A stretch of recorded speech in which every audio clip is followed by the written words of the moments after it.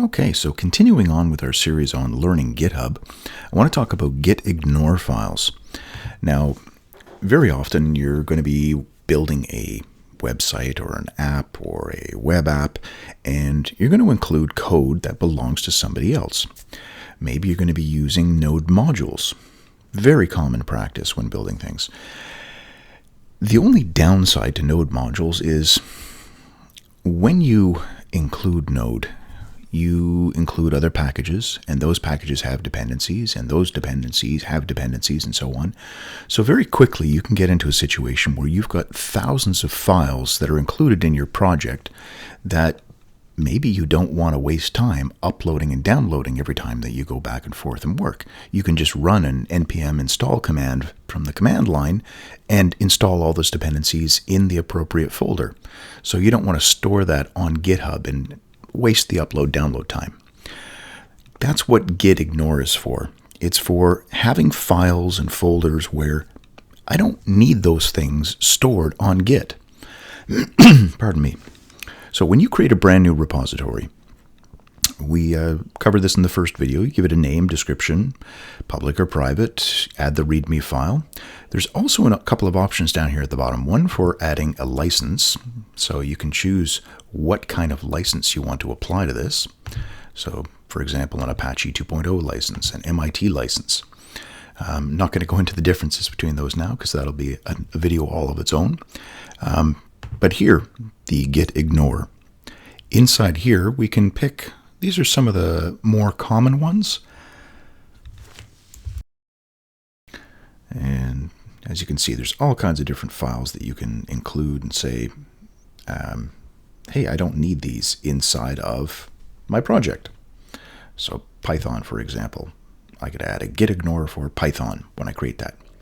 Okay, so this is something I recommend that you do when you're first setting up. Create the gitignore file, put in files that you don't want. But in the situation where you haven't added that file or you want to change what's being ignored in your project. So we have here the project that we used from the first time, CSS folder with one file inside of it, a README and an HTML. That's it. Now in my GitHub desktop, here's the repo. I've got those files. No changes made yet. I'm going to jump into brackets. Inside of here, this is my project, Learning GitHub. So inside of here, I want to add a gitignore file. So we say new file, .gitignore. There we are. Now I have a text file with this file name. Starts with a period. Now if you're on Windows, most applications in Windows are going to give you a hard time about calling it something that starts with a period.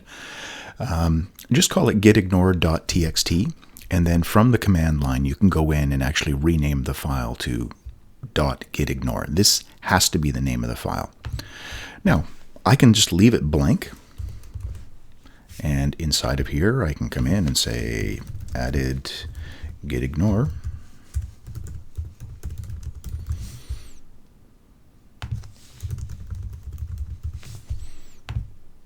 There we are. I've added it to my repo now. So now there is a gitignore file that's been loaded on the server, but there's nothing inside of it.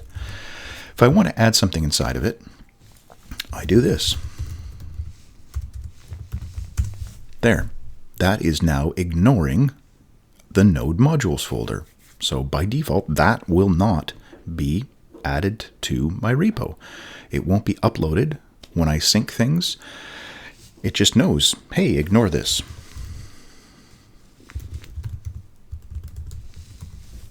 Power components, there's another folder. If I don't want to include files called fred.txt, there's a file name. And that's all it is. Save that.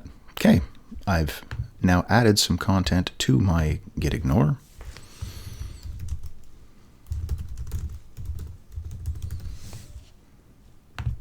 Commit and sync. It's syncing.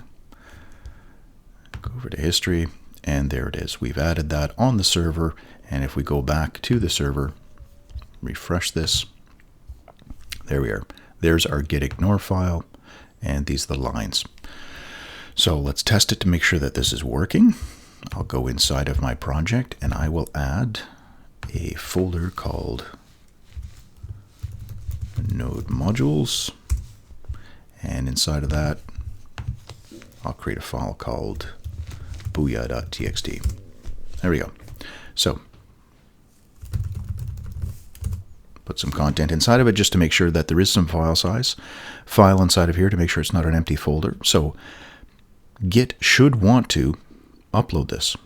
So we go to the desktop. Hey, there's no uncommitted changes. Why is that?